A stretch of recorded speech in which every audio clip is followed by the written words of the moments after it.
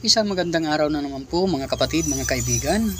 Muli po, nandito ang inyong lingkod, Balintataw ng Agila, at kayo po'y hahandugan ng isa na naman pong tula. At ang pamagat po ng tula na aking bibigkasin, Kapre.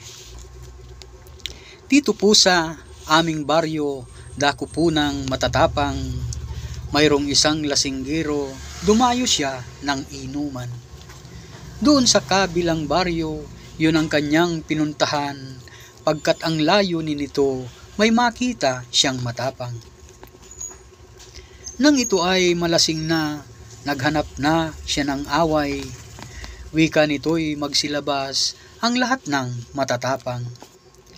Ang lahat ng taga roon walang nais na lumaban, ang lasing at asawa niya nagpasya na lumisan. Bago sila makabalik sa baryo na pinagmulan, may gubat na dadaanan at may mga kasukalan. Mayroong puno ng baliti, lubhang kinatatakutan. Ang lasing ay di nasindak, multo man daw ang humarang. Nang sila'y na sa tapat na nitong puno ng baliti, itong lasing ay huminto, sumigaw siya sa baliti. Lumabas daw ang matapang, kahit pa raw ito'y kapre, hindi kita uurungan, tiyak ikaw ay magagapi. Anong pagkamalas-malas, may kapre nga na lumabas, at ang sabi niya sa lasing, ikaw baga ay matigas. Anong laban ang gusto mo, naghahanap ka ng wakas, piti ka na lang ng itlog, ang sa lasing na binigkas. At sinabi nitong lasing, ikaw na ay tumuwad na. Ako ang unang pipitik, ikaw ngayoy humanda na. Pagkatuwad nitong kapre, dalawang suntok pinatama, itong kapre na palundag, halos ibig na magwala.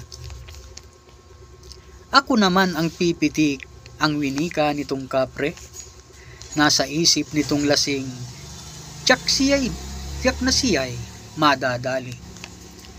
Kaya kapag itlog niya'y pinitik nitong kapre na malaki, lilipad ang kanyang itlog, tiyak na siya'y matitigi.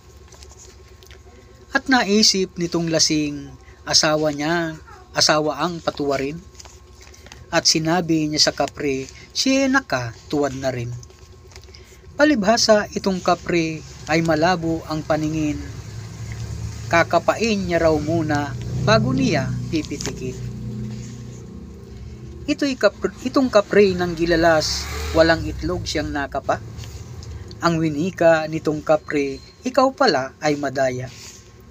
Kung alam kong ikay kapon, di na sana lumaban pa. Itlog ko'y halos mapisa dahil sa iyong pandaraya. Itong kapre ay patuloy sa pagkapang ginagawa, nagbabaka sakali na mayroong itlog na makapa. At ang labi ay sinalat, may kuntil na nasalat siya, pangit daw ang pagkakapon, may laman pa na natira. Salamat po!